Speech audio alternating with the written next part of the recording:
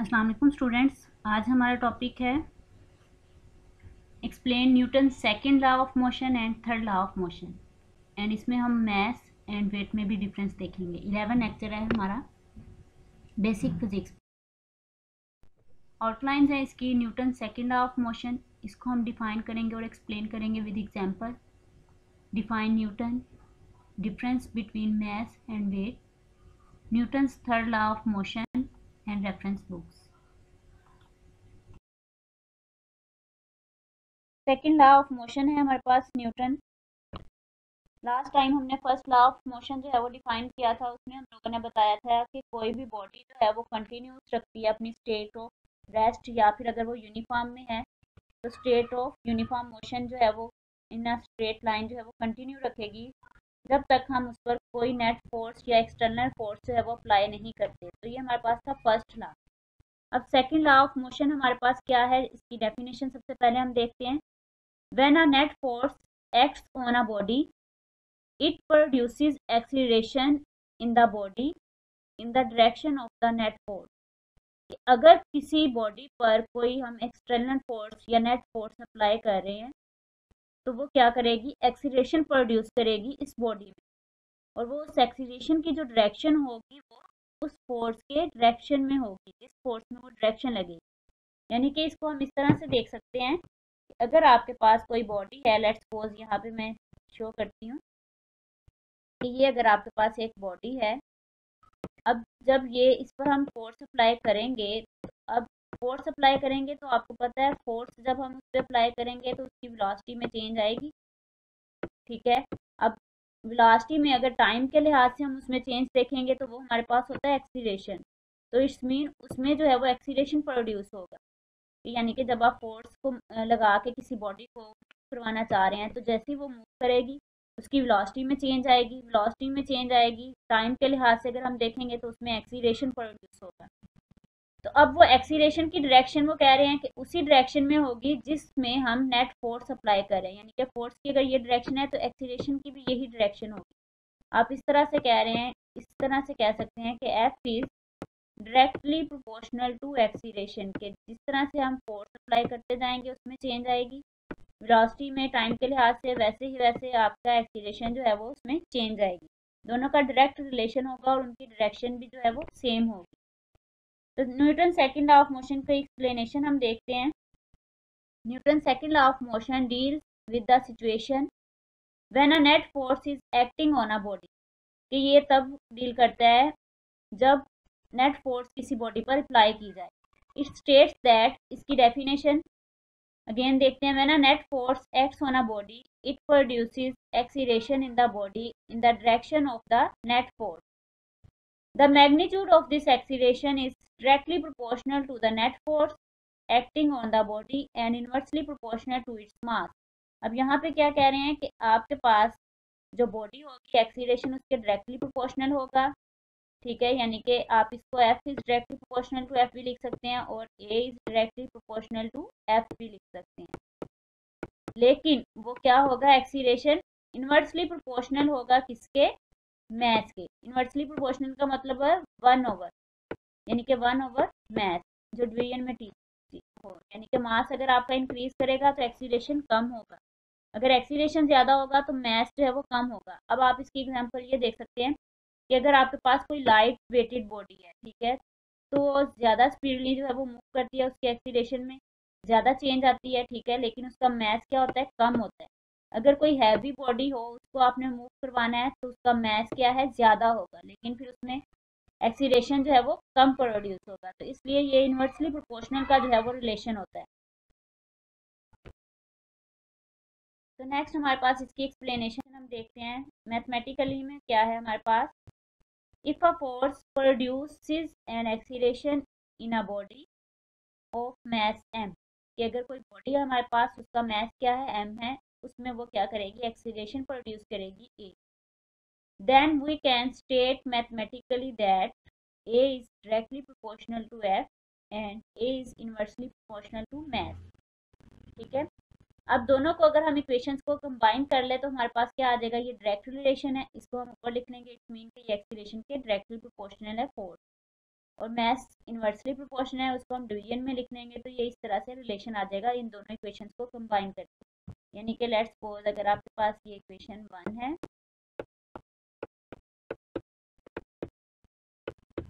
और ये आपके पास क्या है इक्वेशन 2, तो हमने क्या किया, दोनों इक्वेशंस को कंबाइन कर लिया, तो आपके पास क्या इक्वेशन बन गई, a is directly proportional to F over M.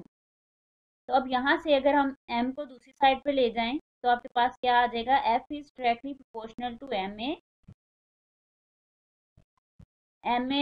Putting k as proportionality constant we get. अब हमें पता है कि जब भी हम ये वाला साइन जो है डायरेक्टली प्रोपोर्शनल का ये हम खत्म करते हैं, तो हम यहाँ पर क्या करते हैं, कोई कांस्टेंट यूज करते हैं, किसी कांस्टेंट को लगाते हैं। यहाँ पे हमने सपोज किया कि k इज अ कांस्टेंट, ठीक है। यहाँ पे इस साइन को हम खत्म करेंगे तो हमारे पास क्या इक्वेशन बन जाएगी, f is equal to K M A.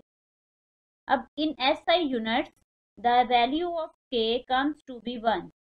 अब वैल्यू ऑफ k की हमारे पास 1 आती है अगर हम SI यूनिट्स को देखें। Thus equation becomes f is equal to M A. अब ये जो f is equal to M A हमारे पास आया है, ये सेकेंड लॉ ऑफ मोशन का फार्मूला आप कह सकते हैं, मैथमेटिकल फॉर्म कह सकते हैं कि ये आपके पास आएगी। अब ये k जो है वो 1 के इक्वल किस तरह से आता है उसको हम देख लेते हैं। यहाँ पर देखें f over M A which is equal to k की अगर वैल्यू फाइंड करनी है तो हम इस तरह से करेंगे, k को उस साइड पे रहने देंगे, बाकी टर्म्स को जो है वो दूसरी साइड पे ले जाएंगे। अब हमें पता है फोर्स का यूनिट क्या है, न्यूटन। तो न्यूटन डिवाइडेड बाय मास का यूनिट हमारे पास होता है किलोग्राम, और एक्सीलरेशन का यूनिट हमारे पास क्या होता है, metre per second square, metre per second square. तो अब ये न्यूटन किसके इक्वल होता है, अब हमें पता है कि फोर्स का यूनिट भी क्या होता है, न्यूटन। फोर्स किसके इक्वल होती है, न्यूटन के। तो अब ये फोर्स आई है हमारे पास formula F is equal to M a, यानी कि मास का क्या यूनिट है, किलोग्राम, और एक्सीलरेशन का क्या यूनिट है, मीटर पर सेकंड स्क्वायर। तो ये न्यूटन की वैल्यू हम इसमें पुट कर लेंगे, तो आपके पास क्या आ जाएगा, इसी तरह से kilogram metre per second square divided by kilogram metre per second square. तो ये आपके पास दोनों टर्म्स क्या हैं, कैंसिल आउट हो जाएंगी, सेम टर्म्स हैं, तो इक्वल टू 1 आंसर आ जाएगा। इसलिए जो हमारे पास फार्मूला हमारे पास बनता है सेकंड लॉ ऑफ मोशन का, वो हमारे पास होता है F is equal to M A. जो कांस्टेंट होता है वो 1 के इक्वल आ जाता है, इसलिए हम उसकी वैल्यूज को जो है वो यूज नहीं करते, हम लिख देते हैं F is equal to M A. तो ये हमारे पास है Newton second law of motion की एक। न्यूटन हमारे पास क्या है, the SI units of force is Newton. SI unit of force को हम क्या कहते हैं, न्यूटन। इसको हम कैपिटल एन से जो है वो डिनोट करते हैं। तो न्यूटन की डेफिनेशन अगर हम देखें तो हमारे पास डेफिनेशन क्या है, 1 newton is the force that produces an acceleration of 1 metre per second square in a body of mass 1 kg। यानी कि आपके पास फोर्स भी 1 न्यूटन हो, मास जो है उसका 1 न्यूटन किसके इक्वल आ जाएगा, यानी कि वो फोर्स है ना आपके पास 1 न्यूटन। मास अगर 1 kg होगा किसी बॉडी का और एक्सीलरेशन भी उसमें 1 metre per second square produce हो, तो देन हम कहेंगे कि ये 1 न्यूटन के इक्वल है।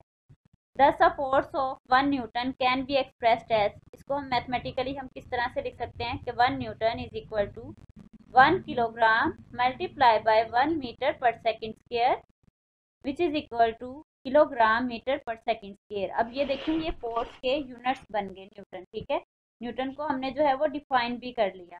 तो लास्ट टाइम मैंने आप लोगों को फर्स्ट लॉ जब पढ़ा था उसमें मैंने आपसे कहा था कि हम न्यूटन को डिफाइन करेंगे नेक्स्ट लॉ में, तो इसके यूनिट्स ये हैं। अब अगर आपको 1 न्यूटन जो है वो यूनिट्स ना याद हों, अगर आपको भूल जाए, थोड़ा सा इसमें प्रॉब्लम आए, तो आप फोर्स का फार्मूला जो है वो सेकंड लॉ का F is equal to M में, वहाँ से मास के यूनिट्स क्या होते हैं, किलोग्राम, और एक्सीलरेशन के यूनिट्स क्या होते हैं, मीटर पर सेकंड स्क्वायर, इस तरह से फाइंड आउट कर सकते हैं। तो नेक्स्ट हमारे पास है मास। मास अब हमारे पास क्या है, it is the quantity of matter in a body. यानी कि अगर कोई भी बॉडी है आपके पास तो वो पार्टिकल से मिलके बनती है। यानी कि लेट्स सपोज अगर आपके पास ये बॉडी है, इसमें नंबर ऑफ पार्टिकल्स हो, तो ये नंबर ऑफ पार्टिकल से मिलके बनती है, यानी कि क्वांटिटी से मिलके बनती है, तो उसको हम कहते हैं मास। अब math is a scalar quantity, ये क्या है, स्केलर क्वांटिटी है, यानी कि किसी भी चीज़ का मैथ पूछा जाए आप बता देंगे कि इतना मैथ है, तो ये स्केलर क्वांटिटी है। इसके लिए डायरेक्शन की ज़रूरत नहीं है हमें, ठीक है, कि ये किस डायरेक्शन में है या इस तरह से, आप जस्ट क्वांटिटी बताएंगे। जैसे मैंने आपको पहले भी एक दफ़ा एग्जांपल दी थी, अगर कोई शॉप पे जाते हैं तो आपने शुगर जो है वो परचेज करनी है, तो आप 2 kg कहेंगे, यानी कि आप मैथ्स उसकी क्वांटिटी बता रहे हैं कि हमें क्वांटिटी चाहिए, तो this is a scalar quantity. It's SI unit is kilogram, जिसको हम स्मॉल जो है वो शॉर्टकट किस तरह से लिखते हैं, KG. It is a constant quantity, ये कांस्टेंट क्वांटिटी है, यानी कि वेरी नहीं करती। अगर एक जगह से दूसरी जगह भी हम 2 kg जो शुगर है उसको ले जाएं तो वो 2 kg ही रहेगी, यानी कि उसकी मिकदार में चेंज नहीं आएगी, क्वांटिटी में चेंज नहीं आएगी, इसलिए हम इसको कह सकते हैं कि ये कांस्टेंट क्वांटिटी है। It is measured by an ordinary balance, इसको हम किसी भी बैलेंस जो है आपके पास कोई भी, उससे हम मेजर कर सकते हैं कि इसकी क्वांटिटी कितनी है मैथ की। Its formula is m is equal to W/G। अब इसका फार्मूला हमारे पास क्या होता है, m is equal to W/G। तो ये W/G हमारे पास इसका फार्मूला होता है। अब इसके अगर हम फार्मूला से यूनिट्स फाइंड आउट करना चाहें तो फार्मूला से यूनिट्स क्या आएंगे, W आपके पास होता है वेट, ठीक है, वेट जो होता है न्यूटन की फोर्स, यानी कि उसके यूनिट्स होते हैं आपके पास kilogram metre per second square. Wait के यूनिट्स भी न्यूटन होते हैं, ठीक है, ये फोर्स होती है एक्चुअली में वेट की। तो ये आपके पास आ जाएंगे kilogram metre per second square divided bye ये जी ग्रेविटेशनल एक्सीलरेशन, हम सिंपल ए वाला पढ़ रहे हैं, ठीक है, यहाँ पे हम एफ पढ़ रहे थे सेकंड फार्मूला में ला में, लेकिन अगर ग्रेविटेशन में देखें तो ये आपके पास ए जो है वो जी में कन्वर्ट हो जाता है, ये आपके पास वेट की फोर्स आ जाती है, तो ये भी न्यूटन के इक्वल होती है kilogram metre per second square, और एक्सीलरेशन के भी यूनिट्स वही हैं मीटर पर सेकंड स्क्वायर। तो metre per second square metre per second square cancel out हो जाएंगे, तो आपके पास क्या रह जाएगा, केजी, किलोग्राम, यानी कि मैथ के यूनिट्स हमारे पास क्या होते हैं, किलोग्राम।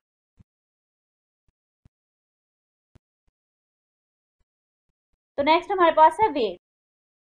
एक्चुअली में हमने डिफरेंस देखना था मैथ्स और वेट में, डिफरेंस क्या है। Weight it is the force with which earth attracts a body towards its centre. ये वेट एक्चुअली में हमारे पास एक फोर्स होती है जिसके थ्रू जो है वो अर्थ जो है वो अट्रैक्ट करती है हर बॉडी को अपने सेंटर की तरफ, यानी कि सारी चीज़ें जो है वो ज़मीन के सेंटर की तरफ, नीचे की तरफ जो है वो अट्रैक्ट होती हैं इस फोर्स की वजह से, वेट की वजह से। अगर किसी चीज़ का वेट है तो वो ज़मीन जो है उसको अपनी तरफ खींचेगी। अब देखिए अगर बुक है आपके हैंड में, अगर आप वो टेबल पर रख दें, टेबल ना हो, सपोर्ट ना करे, तो वो बुक जो है वो नीचे गिर जाएगी, ज़मीन की तरफ उसको अट्रैक्शन होगी, लेकिन वो टेबल क्या है, उस पर रिएक्शन की फोर्स लगाएगा जिसकी वजह से वो वहीं पर पड़ी रहेगी। तो वेट एक्चुअली में फोर्स होती है, और फोर्स के यूनिट्स हमें पता है न्यूटन होते हैं, ठीक है, तो इस तरह से वेट के यूनिट्स भी क्या है, Newton. It is a vector quantity, अब फोर्स हमें पता है उसकी डायरेक्शन होती है कि इस डायरेक्शन में मूव कर रही है, तो इसलिए ये वेक्टर क्वांटिटी है। यहाँ पर मेन डिफरेंस भी आ गया आपके पास मैथ्स और वेट में, कि मैथ्स आपके पास स्केलर क्वांटिटी था और उसको वो आपके पास ये फोर्स है वेट, लेकिन मैथ्स जो है वो एक क्वांटिटी को मेजर करता है, एक क्वांटिटी से मिलके बनती है, ठीक है, मैटर ऑफ। अब नेक्स्ट क्या है, it's SI unit is Newton. अब इसके यूनिट्स क्या है, न्यूटन। मैथ्स के यूनिट्स हमारे पास क्या थे, किलोग्राम।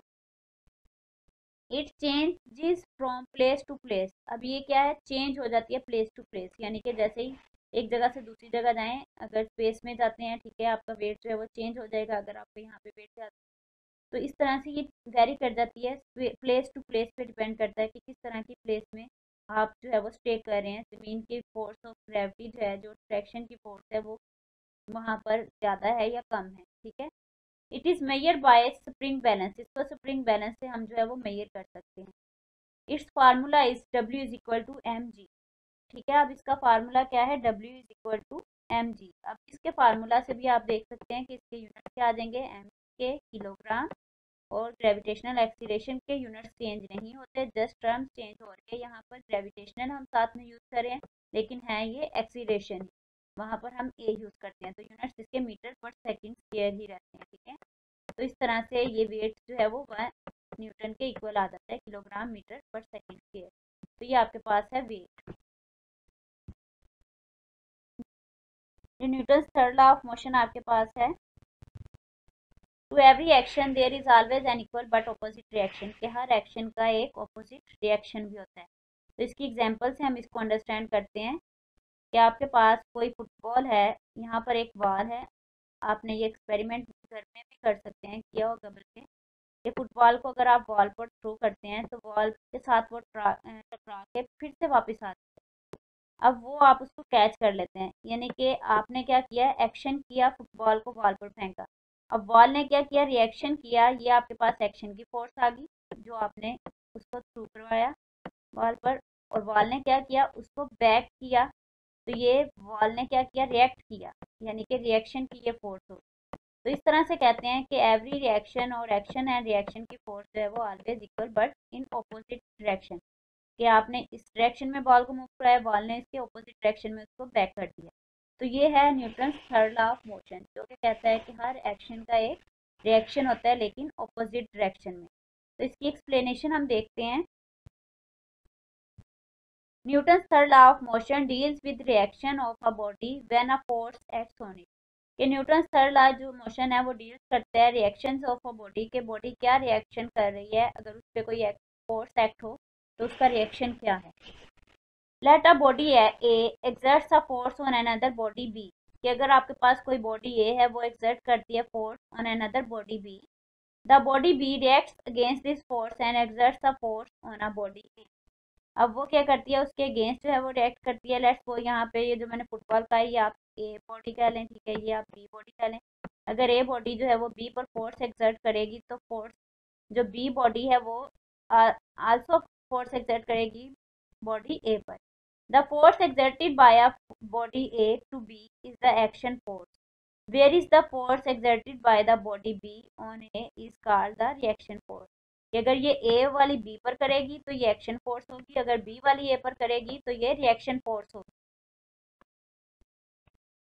तो ये आपके पास आ गई इसकी एग्जांपल, इसकी एक्सप्लेनेशन, यहाँ से आप इसको एक्सप्लेन कर सकते हैं। According to this law action is always accompanied by a reaction force and the two forces must always be equal and opposite.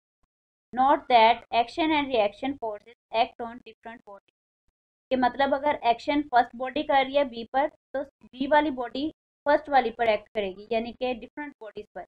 अब ये नहीं कि ए बॉडी अगर एक्ट कर रही है ए पर ही रिएक्ट, ए ही जो है वो रिएक्ट भी करेगी, तो इसका मतलब कि डिफरेंट बॉडीज जो है वो एक्शन और रिएक्शन करती हैं, कि अगर एक बॉडी एक्शन कर रही है तो दूसरी जो है वो रिएक्शन करेगी। तो इस तरह से वो दोनों फोर्सेस क्या होंगी, इक्वल होंगी, बट उनकी डायरेक्शन क्या होगी, ऑपोजिट होगी। तो नेक्स्ट हम देखते हैं, इसकी और एग्जांपल लेते हैं डेली लाइफ से। जैसे हमने फर्स्ट लॉ में एग्जांपल ली थी, अ book lying on a table, तो वहाँ पर हम ये कह रहे थे कि वो मूव नहीं करती, बॉडी जो है वो अगर पड़ी है टेबल पर वो पड़ी रहेगी जब तक हम फोर्स अप्लाई नहीं करेंगे। तो अब जो सेकंड लॉ ऑफ मोशन है वो ये कहता है अगर बुक पड़ी है तो वो वहाँ पर पड़ी है, उस पर कोई ना कोई फोर्स एक्सर्ट कर रही है जिसकी वजह से वो वहाँ पर है, लेकिन उसमें एक्शन और रिएक्शन की फोर्सेस होंगी, वो हम इसमें सेकंड में एक्सप्लेन करते हैं कि एक्शन की फोर्स कौन सी है और रिएक्शन की फोर्स कौन सी है थर्ड लॉ में। Consider a book lying on a table as shown in figure, कि एक बुक जो है वो टेबल पर पड़ी है, आप देख सकते हैं। The weight of the book is acting on the table in the downward direction. अब वेट ऑफ द बुक क्या है, ये वेट ऑफ द बुक जो है वो डाउनवर्ड डायरेक्शन में जो है वो एक्ट कर रहा है। दिस इज द एक्शन, अब ये क्या है, इसका एक्शन है कि बुक का जो वेट है वो टेबल पर डाउनवर्ड जो है वो एक्ट कर रहा है, तो ये इसका एक्शन है। The reaction of the table acts on the book in the upward direction, अब जो टेबल है वो उस पर अपवर्ड डायरेक्शन में जो है वो फोर्स लगा रहा है, तो ये रिएक्शन की फोर्स है, ये एक्शन की फोर्स है, और ये आपके पास रिएक्शन की है, कि जो बुक है वो डाउनवर्ड एक्ट कर रही है अपने वेट की वजह से। अगर टेबल ना हो तो जमीन की जो फोर्स है ग्रेविटी की वो बुक को अपनी तरफ अट्रैक्ट कर ले, बुक नीचे आ जाए, लेकिन टेबल ने उसको सपोर्ट किया हुआ है, यानी कि टेबल उस पर रिएक्शन की फोर्स लगा रहा है अपवर्ड डायरेक्शन में, तो इस तरह से वो बुक जो है वो टेबल पर पड़ी हुई है। The reaction of the table acts on the book in the upward direction, ठीक है। इसके बाद नेक्स्ट एक और एग्जांपल हम देखते हैं, ये थर्ड लॉ ऑफ मोशंस की एग्जांपल्स हम कर रहे हैं, फर्स्ट एग्जांपल हमने की, नेक्स्ट हम देखते हैं। नेक्स्ट हमारे पास एग्जांपल है एयर फील्ड बैलून। अब इसकी के इस तरह से एग्जांपल है, take an air filled balloon as shown in figure, कि अगर आप कोई गुब्बारा लेते हैं उसको उसमें जो है वो एयर जो है वो फिल करते हैं, ठीक है। तो अब ये एयर इसमें आपने फिल कर दिया है। When the balloon is set free the air inside it rushes out and balloon moves forward. अब जैसे ही आप देखें आपने उसमें बैलून में एयर फिल किया, आपने उसको पकड़े रखा होगा, ठीक है। जैसे ही आप उस बैलून को छोड़ते हैं तो क्या होगा, हवा उसमें से निकलना शुरू हो जाएगी डाउनवर्ड डायरेक्शन की तरफ, और बैलून जो है वो आपके हैंड से जो है वो फ्री हो जाएगा, तो वो अपवर्ड जो है वो ऊपर की तरफ मूव कर जाता है। आपने अक्सर देखे होंगे गैस वाले जो बैलून होते हैं उसमें भी यही होता है, उसके अंदर गैस फिल होती है। जैसे ही आप उसको छोड़ते हैं तो वो बैलून जो है वो ऊपर की तरफ मूव कर जाते हैं। अगर आपने उसको क्लोज ना किया हो, हवा जो है वो नीचे की तरफ जो है वो उसकी गैस जो है वो मूव कर जाती है। तो अब इस तरह से in this example the action is by the balloon that pushes the air out of it when set free, कि जब आप उसको छोड़ते हैं तो वो इसकी एक्शन की फोर्स होती है बैलून की, जो हवा जो है वो बाहर की तरफ जो है वो निकल जाती है, ठीक है। The reaction of air which escape out from the balloon acts on the balloon. अब वो जो एयर है रिएक्शंस की वो क्या करती है, escape out the balloon acts on the balloon, कि वो एस्केप आउट कर देती है। मतलब एस्केप के मीनिंग्स होते हैं निकलना, ठीक है, वहां से मूव कर जाना। यानी कि अगर कोई चीज़ यहाँ पर पड़ी है वो यहाँ से कहीं मूव कर जाए तो वो एस्केप कर जाती है अपनी उस स्पेस से, तो ये एस्केप होती है, ठीक है। It is due to this reaction of the escaping air that move the balloon forward. अब जैसे ही उसमें से हवा निकलती है एस्केप करती है तो वो क्या करती है, मूव करवा देती है बैलून को फॉरवर्ड, यानी कि ऊपर की तरफ जो है वो हवा जो है इस तरह से उसमें से जो है वो रश आउट होती है, और बैलून क्या है इस तरह से अपवर्ड जो है वो मूव कर जाता है। तो ये आपके पास एक्शन एंड रिएक्शन की एक और एग्जांपल है डेली लाइफ से Newton third law of motion की। तो लास्ट में हमारे पास एग्जांपल है रॉकेट एग्जांपल, कि रॉकेट की एक एग्जांपल है, यहाँ पे मैंने फिगर में भी शो करवाया है कि रॉकेट आपके पास है। A rocket such as shown in figure moves on the same principle, कि अब ये भी उसी तरह से एक्शन और रिएक्शंस के प्रिंसिपल पर जो है वो अमल करता है, उसी तरह से मूव करता है जैसे एक्शन और रिएक्शन की फोर्सेस जो हैं वो डिफरेंट हमने एग्जांपल्स में देखा कि वो एक्ट करती हैं। व्हेन इट्स फ्यूल बर्न, जब इसका फ्यूल जो है वो बर्न होता है, hot gases escape out from its tail. तो यहाँ से ये देखिए जैसे ही इसका फ्यूल जो है वो बर्न आउट होगा, ये देखें यहाँ से इसका फ्यूल बर्न आउट होता है, तो ये जो गैसेस जो हैं वो एस्केप कर जाती हैं यहाँ से tail with a very high speed, एकदम से ज़्यादा स्पीड के साथ यहाँ से गैसेस जो हैं वो एस्केप कर जाती हैं। The reaction of this gases on the rocket causes it to move opposite to the gases rushes out of its tail. अब रॉकेट क्या करता है, वो अपवर्ड जो है वो मूव कर जाता है, जैसे ही वो गैसेस जो है वो डाउनवर्ड जो है वो एक्शन की फोर्स अप्लाई करती हैं कि वो वहाँ से एस्केप करती हैं, तो रॉकेट जो है वो उसको अपवर्ड कर जाता है। तो ये इस तरह से ऑपोजिट डायरेक्शन में रिएक्शन होता है, जो रॉकेट जो है वो मूव करता है अपवर्ड, और ये जो गैसेस जो है वो एस्केप करती हैं डाउनवर्ड, तो ये एक्शन की फोर्स होती है कि जब उसका फ्यूल बर्न होता है तो ये रॉकेट के अंदर गैसेस होती हैं फ्यूल, तो वो गैसेस जो हैं वो एस्केप कर जाती हैं जब फ्यूल बर्न करता है। तो इस तरह से ये एक रॉकेट की भी एग्जाम्पल है एक्शन और रिएक्शन की फोर्स की।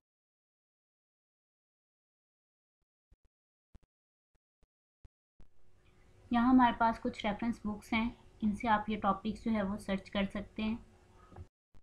आई होप सो कि आज का आपको लेक्चर जो है अंडरस्टैंड हो गया होगा, Newton second law of motion, third law of motion and mass and weight में डिफरेंस क्या है।